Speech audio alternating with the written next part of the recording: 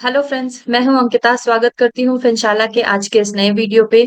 आज का हमारा जो ये वीडियो है एफएमबीएम सीरीज का ही कंटिन्यूएशन वीडियो है। यहाँ पे हम चैप्टर 2 का थर्ड पार्ट डिस्कस करेंगे। तो चलिए आज का टॉपिक शुरू करते हैं। Who are the participants in the securities market. हम जब सिक्योरिटीज मार्केट की बात करते हैं तो हमें ये पता होना चाहिए कि ऐसे कौन से पार्टिसिपेंट्स हैं जो सिक्योरिटीज मार्केट में इन्वॉल्व रहते हैं, या अगर दूसरे शब्दों में कहूँ तो ऐसे कौन से प्लेयर्स हैं जो आपको सिक्योरिटीज मार्केट में दिखेंगे। तो सबसे पहला टॉपिक है कि who are the participants in the securities market. अब जैसे कि आप और हम जानते हैं, सिक्योरिटीज मार्केट एक वास्ट मार्केट है, एक ग्रोइंग मार्केट है, बहुत ही पॉपुलर मार्केट है। और यहाँ पे तरह तरह के पार्टिसिपेंट्स आपको मिलते हैं। इन अ ब्रॉडर टर्म में सिक्योरिटीज मार्केट के पार्टिसिपेंट्स को जो है 3 कैटेगरीज में डिवाइड किया गया है। सबसे पहली कैटेगरी जो होती है इन्वेस्टर्स की होती है। इन्वेस्टर्स वो होते हैं जो अपने पास जो फंड होते हैं उसे इन्वेस्ट करते हैं और उस फंड के अगेंस्ट जो है वो सिक्योरिटीज को परचेज करते हैं और कुछ समय के लिए होल्ड करते हैं। और जैसे ही वो प्रॉफिट अर्न करते हैं वो सिक्योरिटीज को सेल कर देते हैं और अपना कैश जो है वो लिक्विडेट कर देते हैं। ये इन्वेस्टर्स जो हो गए आम आदमी भी हो सकते हैं, हमारे और आपके जैसे फाइनेंशियल इंस्टीट्यूट्स भी हो सकते हैं, एनआरआईज भी हो सकते हैं, क्वालिफाइड फॉरेन इन्वेस्टर्स भी हो सकते हैं, कोई भी वर्किंग प्रोफेशनल हो सकता है, कोई भी स्टूडेंट हो सकता है और हाउसवाइफ भी हो सकता है। इन किसी को भी एक इन्वेस्टर बनने के लिए किसी की कोई एज रेस्ट्रिक्शन नहीं होती है। बस आपका एक डीमैट अकाउंट होना चाहिए और आपके पास एक वैलिड पैन आईडी होनी चाहिए और आप सिक्योरिटीज मार्केट में पार्टिसिपेट करने या इन्वेस्ट करने के लिए रेडी हैं। जो सेकंड पार्टिसिपेंट होते हैं सिक्योरिटीज मार्केट के वो होते हैं इशूअर। अब ये इशूअर जो है वो कॉरपोरेट भी हो सकते हैं या गवर्नमेंट बॉडीज भी हो सकती है। इशूअर्स जनरली क्या करते हैं, सिक्योरिटीज को सेल करते हैं कैपिटल रेज करने के लिए सिक्योरिटीज मार्केट से। सिक्योरिटीज इशू करके जो भी कैपिटल रेज होता है, ऐसी लीगल एंटिटीज जो है उस कैपिटल को अपने शॉर्ट टर्म या लॉन्ग टर्म ऑपरेशंस में यूज करते हैं। इशूअर के एग्जाम्पल आइए चलिए समझते हैं। कंपनी जो होती है अपने डे टू डे ऑपरेशन, अपने शॉर्ट टर्म ऑपरेशन या अपने लॉन्ग टर्म ऑपरेशंस के लिए कैपिटल रेस करती है। और ये कैपिटल जो वो रेस करती है जनरली एक तरह की सिक्योरिटीज इशू करके ही रेस करती है। सेंट्रल गवर्नमेंट, स्टेट गवर्नमेंट जो हो गए अपने डेफिसिट को रिड्यूस करने के लिए सिक्योरिटीज, डेट सिक्योरिटीज इशू करते हैं। लोकल गवर्नमेंट और म्युनिसिपैलिटी जो होते हैं वो अपने डेवलपमेंट नीड्स के लिए सिक्योरिटीज इशू करते हैं, वहां से कैपिटल रेज करते हैं और अपने ऑपरेशंस में उस कैपिटल को यूज करते हैं। एक चीज ध्यान रखने की जरूरत ये है कि कभी भी कोई भी गवर्नमेंट जो होती है, चाहे वो सेंट्रल गवर्नमेंट हो, स्टेट या लोकल गवर्नमेंट हो या कोई भी तरह की म्युनिसिपैलिटी हो, वो हर बार जो है एक डेट सिक्योरिटी ही इशू कर सकती है। उनके पास इक्विटी सिक्योरिटी या इक्विटी शेयर जो है इशू करने की राइट्स नहीं होती है। फाइनेंशियल इंस्टीट्यूट्स एक और तरह के इशूअर होते हैं। फाइनेंशियल इंस्टीट्यूट एंड बैंक्स जो होते हैं अपनी कैपिटल नीड्स को मेंटेन करने के लिए सिक्योरिटीज इशू करते हैं। अब ये जो है वो इक्विटी सिक्योरिटीज और डेट सिक्योरिटी दोनों ही इशू कर सकते हैं। उसके अलावा पब्लिक सेक्टर कंपनीज जो हो गई वो भी सिक्योरिटीज इशू कर सकती हैं और वो भी इशूअर के अंडर में ही आएंगी, इशूअर के हेडिंग के अंडर ही आती है। और म्यूचुअल फंड्स जो हो गए उन्हें भी हम इशूअर के नाम से ही जानते हैं, उन्हें भी हम इशूअर बोलेंगे।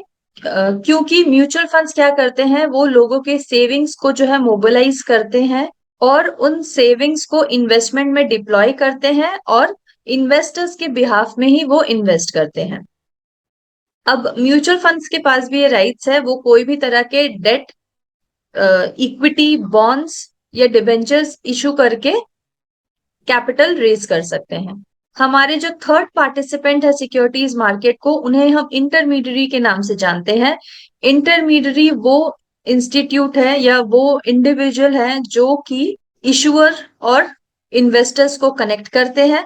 इंटरमीडियरी एक तरह का चैनल है जो इशूअर और इन्वेस्टर्स के बीच का माध्यम बनते हैं, ताकि वो अपने सिक्योरिटीज और फंड्स जो है इजीली आपस में एक्सचेंज कर सकें।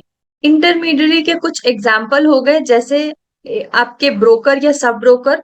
बेसिकली ये दोनों जो होते हैं स्टॉक एक्सचेंज के ही एक रजिस्टर्ड ट्रेडिंग मेंबर होते हैं। इन्हें सेबी के द्वारा ये लीगल राइट्स प्रोवाइड की गई हैं, ताकि वो इन्वेस्टर्स एंड इशूअर के बीच में एक्सचेंज जो है उसे पॉसिबल कर सके। जब मैं एक्सचेंज बोल रही हूं, इसका मतलब होता है सिक्योरिटीज और फंड्स की एक्सचेंज।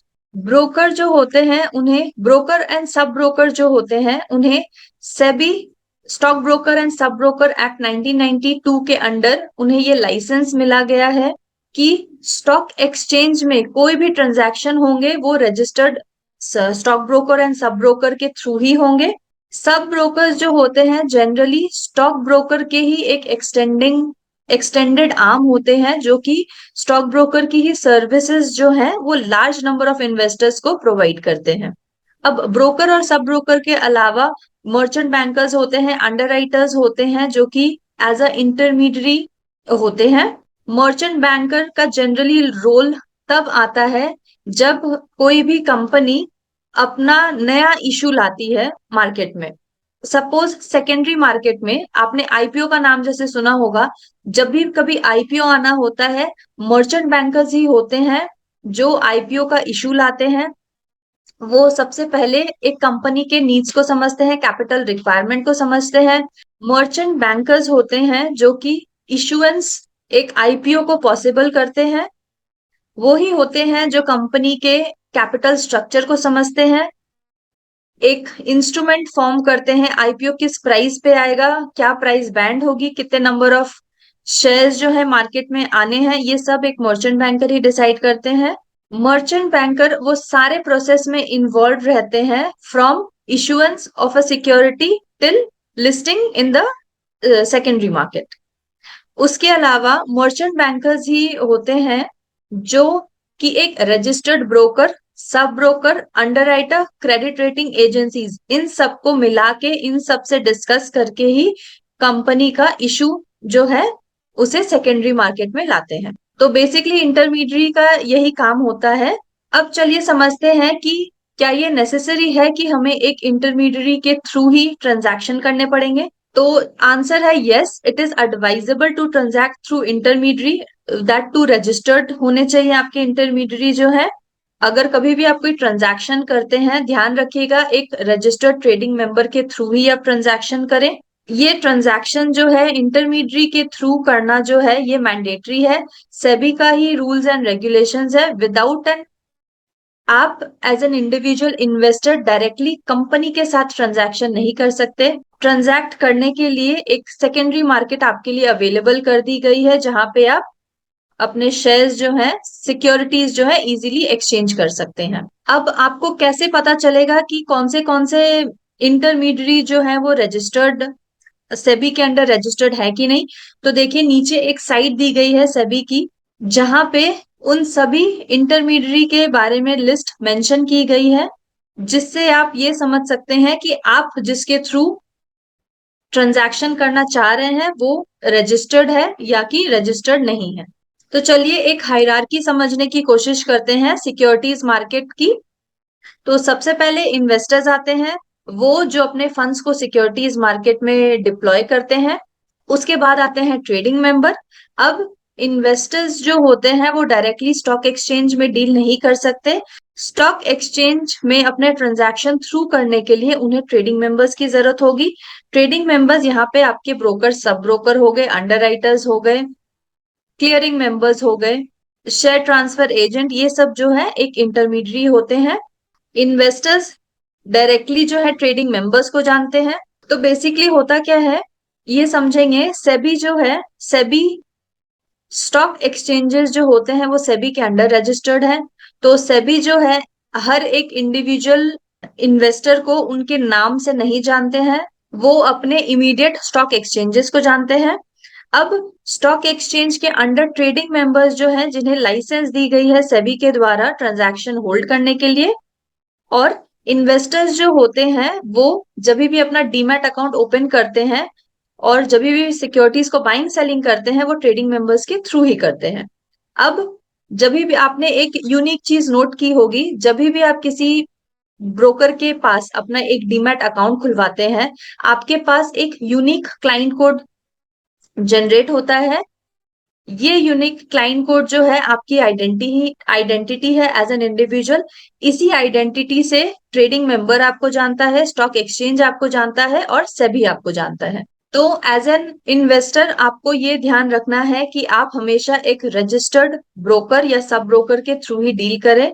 इससे क्या होती है, जब भी आप ऐसा करते हैं, आपकी कोई भी तरह के ग्रीवियंसेस होते हैं वो आप डायरेक्टली सेबी को ईमेल कर सकते हैं। अब चलिए समझते हैं सिक्योरिटीज मार्केट में कौन से सेगमेंट्स अवेलेबल हैं। सिक्योरिटीज मार्केट का सबसे पहला सेगमेंट जो होता है उसे हम प्राइमरी मार्केट के नाम से जानते हैं। इसे फर्स्ट इशू मार्केट भी बोला जाता है। प्राइमरी मार्केट एक ऐसी मार्केट होती है जहां पे कंपनीज जो होते हैं फर्स्ट टाइम मार्केट में कदम रखते हैं। इसका मतलब ये होता है कि इसके पहले वो कुछ ही सिलेक्टेड लोगों से फंड रेज किया करते थे अपने डे टू डे ऑपरेशंस के लिए या डे टू डे रिक्वायरमेंट के लिए। बट जब वो प्राइमरी मार्केट में आते हैं वो जनरली और भी इन्वेस्टर्स को एक मौका देते हैं। प्राइमरी मार्केट के थ्रू क्या होता है, कंपनीज जो होती हैं फंड रेज करती हैं in the form of shares and debentures, और बहुत सारे नए इन्वेस्टर्स को ये मौका देती है कि वो आए और उनके कंपनी के शेयर्स को खरीदें और उन्हें अपने ऑपरेशंस के लिए फंडिंग में हेल्प करें। और दूसरा सेगमेंट होता है सेकेंडरी मार्केट का। ये मार्केट जैसा कि आप और हम सभी जानते हैं, यहाँ पे सारे ही तरह के इन्वेस्टर्स एंड इंटरमीडियरी अवेलेबल होते हैं। सेकेंडरी मार्केट एक ऐसा प्लेटफॉर्म है जहां पे इन्वेस्टर्स जो होते हैं डायरेक्टली कंपनी से बाइंग सेलिंग नहीं करके बाकी अवेलेबल इन्वेस्टर्स के थ्रू जो है अपने सिक्योरिटीज को एक्सचेंज करते हैं।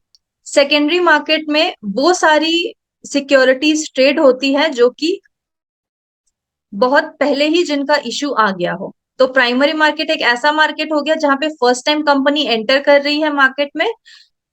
और सेकेंडरी मार्केट वो होता है, सेकेंडरी मार्केट एक एडवांस स्टेप होता है प्राइमरी मार्केट का, जहां पे लोग जो है एक दूसरे के साथ ऑलरेडी डील करते हैं। अब जैसे कि आप सभी ने देखा होगा, कुछ समय पहले ही बहुत सारे आईपीओ लॉन्च हुए थे, जैसे कि पेटीएम का आईपीओ हो गया, नाइका का आईपीओ हो गया, उसके बाद एल आई सी का आईपीओ। ये सब आईपीओ जो है वो फर्स्ट टाइम प्राइमरी मार्केट में इशू हुए हैं। अब क्या होगा, प्राइमरी मार्केट में जिस दिन वो लिस्ट हो जाएंगे, जिस दिन वो लिस्ट हुए हैं उस दिन से वो सेकेंडरी मार्केट में ट्रेड होना स्टार्ट हो गई है। एग्जाम्पल समझने की कोशिश करते हैं। जैसे कुछ समय पहले ही बहुत सारी आईपीओज की लिस्टिंग हुई थी। वो सब लिस्टिंग जो है फर्स्ट टाइम वो मार्केट में आ रहे थे प्राइमरी मार्केट में। फॉर एग्जाम्पल एल आई सी का आईपीओ आप जैसे जानते होंगे, आईपीओ आया है, नाइका का आईपीओ, पेटीएम का आईपीओ, बहुत तरह तरह के आईपीओ निकले हैं। तो जब भी ऐसी कोई कंपनीज अपना फर्स्ट इशू लेके आती है वो सबसे पहले प्राइमरी मार्केट में आती है। फिर ये सब आईपीओ जो है जैसे ही स्टॉक एक्सचेंज में लिस्ट हो जाते हैं, ये सेकेंडरी मार्केट में या स्टॉक मार्केट में ट्रेड होना स्टार्ट हो जाती है। सेकेंडरी मार्केट में बेसिकली इन्वेस्टर्स बाकी दूसरे इन्वेस्टर्स के साथ ही सिक्योरिटीज एक्सचेंज करते हैं। आज का ये टॉपिक हमारा यहीं खत्म होता है। काइंडली इस चैनल को लाइक, शेयर एंड सब्सक्राइब करें ताकि मेरे आने वाले वीडियोस आपको मिलते रहें। और ये फाइनेंशियल मार्केट बिगनर्स मॉड्यूल के प्रीवियस वीडियो की लिंक जो है आपको नीचे डिस्क्रिप्शन बॉक्स में अवेलेबल कर दी गई है।